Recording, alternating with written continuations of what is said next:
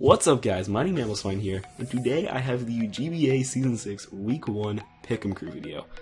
I am your reigning champion of Pick'em Crew, and I am not alone. I am joined with a newcomer to the Pick'em Crew, which is Matty Brolick. What's going on, guys? You got Matty Brolick here, and like Baby Nick said, we will be working on the Pick'em Crew every Saturday, so yeah, definitely get hyped for that, guys. I know there's Sun and Moon out right now, some new information, but this Pick'em Crew information is definitely a little bit more hype, so definitely be ready for this. So, first thing you'll notice when we show you all the graphics, we have more pickers this season. We have myself, Burke, and Blue, which are all returning from last season's pickers. We have Matty. Sorry about that. Sometimes, your 12-year-old boy just comes out. But we also have Matty, who's a new picker. We have The Confusion, Stay Musical, Robin, Dallas Star U, and Monotui, who are all new pickers. And then we have the most interesting voter, which is you, the fan. So every week on Twitter, earlier in the week, we will be posting a poll for every single match. So all you guys have to do is you have to go out and vote, and whoever has the higher percentage of voting, whoever wins the poll, will be the fan pick. Whoever has the largest disparity in percentage over the other person that week will be the lock, if that makes any sense.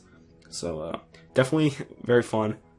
We looked at all the comments last season, and we saw a lot of you guys were really engaged, really involved, and we wanted to give back to you guys and really show you that you could be in these videos now, and you're a part of them, and you could influence the vote. Yeah, definitely. I think that, because I was saying to Baby Nick before, when I used to watch the Pick'em Crew, I would always make my own picks and just see how I would do the following week when the Pick'em Crew was on again. So now that it allows the fans to vote in the polls and see how everyone does, it makes it a lot more fun for you guys, because you can watch it here and then actually get a chance to give your input. Yeah, and without further ado, let's get into the first match. So our first match, we have San Francisco Arcaniners and George going up against the Milwaukee Sawsbucks and Battler X. So this match was probably the most straightforward one to pick. I have it as my lock, and so do a few others. This match, we don't know anything about Battler X. He's the most mysterious person in the history of all of history. Well, is this guy a good player? Is he a not so good player? What is he going to bring to the Milwaukee Sawsbucks franchise? We really don't know. But the thing that we do know in this world, a couple of surefire things. We have death, taxes, and George is going to make the playoffs and do really well. So George's one of those people that you kind of have to pick, especially week one, when everything's really unproven and not very battle tested. Absolutely. I think that George is a fantastic player. I really enjoy watching him play. I like his team style and battle style. And like Baby Nick said, Battler X, he could literally be the next messiah of battling. He could be the best player this league has ever seen, but we don't know that yet. It's, before week one has even started, so who knows how he's going to be able to do. Who knows if he's going to be someone who's George's caliber. I would say the odds are not in his favor to be at George's caliber without having, any idea of who he is. So because of that, it was pretty much a clean sweep for the San Francisco Arcaniners with 4 separate locks. So I myself also am going to have to go with George and the San Francisco Arcaniners. And then for our next game, we have the Boston Red Sox versus the Atlanta Harluches, coached by Nick and Fizz, respectively. And this is a tough one. I think that both teams are really solid. Both players are very good. But I personally just enjoy the way Fizz drafts and plays a little bit more, which is why I gave him the edge in this one. What about you, Nick? Yeah, I actually gave Fizz the edge in this one too. Fizz has a lot of momentum from the last season, and Nick does not have as much. And Fizz also drafted Volcanion, which is the main reason Burke picked him as his lock, because he thinks that Volcanion is going to be very, very good in this matchup, and he's going to put in a lot of work. What do you think about Volcanion throughout the season? How do you think it could be seasonal? Volcanion, if any of you guys have played with it on, maybe Showdown or something like that, that thing is a monster. It is a powerhouse with a fantastic offensive typing, really good defensive typing, outside of the weakness to stealth rocks, and it's got a fantastic move pool with just really great all-around stats. to give it just tons of versatility, because it could run defensive sets, it could run rest talk, it could run all-out offensive sets, it could run lure sets with interesting moves like Superpower and Explosion. It's just a really interesting Pokemon that I think with its combined great stats, versatility, and Fizz's playstyle, I think it's going to put in a lot of work this season. Yeah, but on the other hand, Nick is no pushover. He was actually the champion of the GBA Season 2, and he hasn't been able to really recapture that magic yet. But I think this could be his year. I feel like he drafted a very solid team, and very similar to my GBA D-League Season 2 team. So, it's still a great team. It's a good team. So, yeah, Nick could totally get the job done, especially with Mega V running this ship for him. The next match, we have Cooper Kishiro in the Utah Jasmine versus Lars in the Borussia Donphan. So, Cooper has not played a match since GBA Season 4, which is a long time ago. That's the reason I picked Lars this week. Lars has a lot of momentum from the last season. It's really hard to pick against Lars because Lars had such a great season. His team is similar to what he had a year ago. It's a solid team built around Landorus Eye, which he had much success with last season, and I think he's going to be able to continue that success. Yeah, I think that's a great analysis of this game because the Donphans were so good last year. I really like the way Lars plays. I admire his draft. It's very offensive, which if you guys know me, I'm all offense. I'm not really into fat teams and really bulky defensive cores. Not to say that they aren't amazing. I just love offense. And yeah, I like the way he plays. Coming off tons of momentum, definitely gives him the edge for me over the Utah Jasmine because Cooper is great, no doubt about it. But just being a little bit rusty, going against someone who's the opposite of rusty with tons of momentum, definitely swings the match a little bit more in the Donphan's favor for me because, yeah, like I said, they have a lot of momentum, and it just seems to be Lars' playstyle to really be able to break down the bulky cores that the Jasmine have all around. So that being said, though, Cooper is known for really coming in with some really shocking and unexpected sets and moves and things like that could really catch the Donphan off guard. So I definitely wouldn't be too surprised if I got this one wrong. He also franchised just normal Sableye, which is really interesting to a lot of people, but I think he could put in some serious work with it. He has ideas with it. He wouldn't just franchise it for no reason. Absolutely. With that being said, Lars also had the best hype video of all time for the GBA. If you guys haven't seen that already, go check it out. It's kind of amazing. So, yeah, Lars just trained really hard this offseason, and I think his work's going to pay off. 100%. So moving on to the next game, we have the New York Metapods, coached by the returning champion A-Drive, versus the San Francisco Giants, coached by gym leader Gio, and this one could be a great game. The picks kind of went in the Metapods' favor. I think that the pick should be a little bit closer based on, how close I think this game could be, but me personally, I'm an A-Drive fan because he used to be the St. Louis Rampardos, and I am a Los Angeles, formerly St. Louis Ram fan, as well as a New York Met fan. So he just seems to pick the teams that I love the most, and for that, I really always followed him. And he's constantly shown how he could be really successful in draft league formats. I mean, he made it to 4 straight championships in different leagues and 2 straight for the GBA. So there's something to be said for that. And Gio, I really think that his draft is pretty solid, and he's just getting better and better. So I think it's going to be a really close game. I wasn't exactly sure, but I just had to give Dan the edge because, like I said, I'm a big Met fan, and he's just proved himself time and time again. As you guys know who watched the series last season, Gio's my dog. I can't go against Gio. He carried me to the championship last season, and I'm going to stand by him. I have no reason not to pick him. Gio had, in my opinion, the best draft in the entire league. Dan had a great draft as well, but Gio's team is so powerful. He has a strong defensive core with strong wall breakers and offensive sweepers. So this is the ideal GBA team to have, and I think Gio's going to use it well because he knows how to use all of these Pokemon, and he's comfortable with it. Yeah, that's definitely a good analysis on that one. Moving on to the next match, we have the San Diego Chimchargers versus the Real Moril. So typically, when you see Miguel have a match, there's a lot of lock of the weeks on him. Miguel is the type of player that is one of the powerhouses in the format. He's well known for being one of the best players in the league. This match, who knows? Miguel has not been playing Pokemon a lot recently, and Envy is one of the best players in the whole community. I know Maddie has a lot more experience with Envy than I do, which is why I picked Miguel, just because Miguel's more proven to me than Envy is. But for me, it was really close. This game is definitely one of the ones I'm most excited to watch, because if you watch both of these YouTubers' channels, they really like to go, especially in the OU tier. They'll play some other tiers as well, but mostly in the OU tier, and just use, crazy underrated Pokemon and sets that, normally do not work too well in OU, and they get them to work no matter what. So I really appreciate that type of creativity, and that is perfect for this format. And MV in particular, I think he's the best at it. He really knows how to incorporate all the craziest innovation in his team building.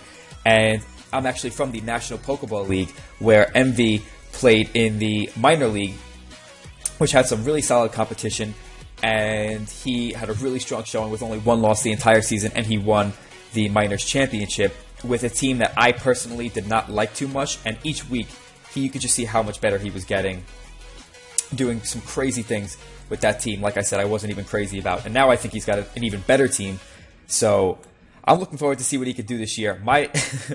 My bold prediction is already on the line here, because I actually predicted MV to come out of nowhere and go undefeated during the regular season. So I have to go with MV on this one, but this one could definitely go either way. Miguel is fantastic. He's an unbelievable player with a really offensive team that I do appreciate. So yeah, not sure who's going to win this one, but I'm hoping it's MV.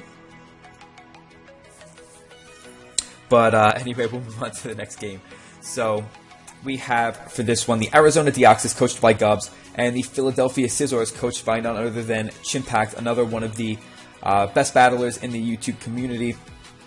Chimpact is a friend of mine who played on my World Cup Smogon team, and I know what Chimpact is capable of. Gubbs is great, and his draft is really good. I mean, things like Mega Manectric, Garchomp, Azumarill, Mandibuzz, all some really solid early on picks that are going to give Chimpact a good amount of trouble, which makes me think that it's not the safest lock, but like I said, I know what Chimpact is capable of. He's a great player and knows how to prepare and build really well, so that's why I'm going to lock Chimpact for this week over the Arizona Deoxys. Yeah, Arizona Deoxys, coached by Gubbs, is one of those people from a previous GBA season who came back but has not been able to recapture the magic. He did very, very well in the other seasons, and before Season 5 was one of the best players in the history of the GBA. But now his status has gone down a little bit, and I don't think he likes that. I don't think he likes that at all. So I think he has the drive to go out there and win this game, especially since he is kind of a relative underdog in this match. I know Dallas Staryu would disagree, as he actually has him as his lock of the week. But overall, Chimpact is one of the best battlers in the community, and it's hard to go against someone who's one of the best battlers in the community, especially on YouTube. Yeah, definitely. He's Chimpact may not have the most Draft League experience, but I did see him play in a Draft League tournament pretty recently where he put in a really strong showing, and I definitely think he's got the talent to make some noise in this league. But as Baby Nick said, Gubbs has done extremely well in the past, and if his status falling down a little bit throughout the seasons has gotten to him at all, then that should motivate him to come out and prove some people wrong here. So should be interesting. Moving on to the next match, we have the San Jose Sharpedos versus the Pittsburgh Pirates. So, the reason I picked Tom in the San Jose Sharpedos is because Mamoswine. That's really the only reason there is to be picking Tom, because Tom smells and is annoying. And we all hate him because he did the power rankings. No, Tom is a great guy. He's one of the people that decided to take a back seat from the GBA when back in Season 3. And he did a great job with the power rankings. And I know a lot of people would disagree, but personally, I love Tom, and I loved everything that he said. So, Tom has not played in the GPA in a long time. So I think he's ready for the experience again. He's ready to go out there and play. And what a better way to go out there and play Tub, who has not been the most proven coach in the format. He's definitely been improving as he won the Most Improved Coach Award. But I think Tom is going to go out there, and I think he's going to be like, listen, I'm still one of the best. Everything I said in those power ranking videos was justified. So come at me, bro. I think that's what Tom's going to be doing this season. I know a lot of people are split on this, but I feel pretty strongly about picking Tom this week. Yeah, I think that's a good call because, Tup has definitely been improving, no doubt about it. But I like Tom's draft. It does seem a little bit undermanned. Like maybe he could use a little bit more power on his team. But if he knows how to use the Pokemon he drafted really well, then I think it is a pretty interesting draft that can definitely surprise some people. And he's got a lot to prove. He, like you said, he was the host of the power rankings, so he's probably going to have a good amount of haters going into his matches. So he needs to really put on a strong showing to prove some of those haters wrong, to show that he really does know what he's talking about. And yeah, he hasn't played in the GBA for a while, so he really needs to shake off the rust. I think that Tup is a good initial test for him to get back into the swing of things. So I'm going to go with Tom because I feel like he has a little bit more to prove here. Yeah, and Tup also had a lot of momentum from the last season. Definitely, as I said, he was improving. So as the trend continues, he should be getting better. Should be getting better and better each season. And a lot of people think that his draft is better than the one he had the previous season. I'm not too sure about that. I really liked his Season 5 team, but his Season 6 team was also very, very good. Yeah, I would agree with that. So moving on to the final game, guys. This final game is probably one of the most hyped games of the season. We have newcomer of the Newcastle United, Fufu 2, otherwise you can call him Sam as well, versus the New Orleans Pelicans, coached by John, aka Pokemon, someone who's been around since the beginning and constantly putting on great showings, putting up great numbers every single season against Fufu, who is just a tremendous player at this format. He won the GBA D-League Season 1 and plays in other leagues here and there and constantly does tremendously well. Both drafts look amazing, and it was the hardest one for me to call by far. So what do you have to say about this one, Nick? So, John's one of my good friends, and what I've learned about John through the years and through the seasons from the GBA is he's not the flashy player. He's not going to go out there and do a Solar Beam Entei set. That's just not him. He's the type of guy that's going to play safe, and he's not going to be, like I said, he's not going to be playing flashy. He's going to go out there and get a 2-0 or a 1-0 win. That's just who he is. He's not going to go out there and get a 6-0 win. But what he is going to do is he's going to get wins. And I feel like John has the experience in the GBA. He knows what he's doing. He loves Pokemon he uses. And I think that Sam is going to be feeling the pressure. He hasn't been in this much exposure since GBA D-League Season 1, from which he was the champion. And a lot of people thought that Miguel or George should have won the championship that season. But Sam proved all of those people wrong. So he could prove me wrong this week. But it's definitely very, very close. Yeah, this one it's just incredibly nitty-gritty. I was saying how when I initially saw Sam, it was during the end of Season 4, where A-Drive, I think, was going to play his last game. He was 9-1 at the time, but even though he was getting a forfeit win for his last game, he just still wanted to put up a video. So he got Sam to take over, I believe it was Steve in the Milwaukee Sawsbucks team, and he actually lost to Sam, pretty handily, 3-0. It wasn't even a crazy close match, so Sam literally picked up a team that he's never used before and was able to beat one of the best teams in the league. So I was really impressed with that, and then I continued to follow him after that, and I've always been impressed with his battling skills. And like I said, both guys have a tremendous draft, and in the polls on Twitter, it was actually a 51% to 49% vote in Sam's favor. So really, really close there. I think we have, it's a 60-40 vote here, so also really close between the analysts. And yeah, this one is going to be really exciting. So we'll see who wins this one. With all this info, that's going to wrap up the Pick'em Crew video for Season 6, Week 1. We love making this video, and we're going to enjoy making them throughout the season. It's going to be more polished as the time goes on, as me and Maddie build more chemistry, and we're just more used to each other's company, and all these different factors that go into it. So the videos will get better as time goes, but I feel like this video was pretty strong. Taking us a while to record it, but hey, those kinds of things happen, and we're really excited about the season. So yeah, I hope you guys are excited as well, because each week when we come back, like Nick said, we'll be more polished, and we'll have a lot more to talk about, because we'll be able to recap what happened the last week, and we won't just be going off of who we think is a great player and who we think has a great team or not. We'll be able to see what these coaches can do, what they can do with their teams, and how good their drafts really are. So these videos are going to constantly improve, and we really hope that you enjoy them. So yeah, definitely stay tuned for more.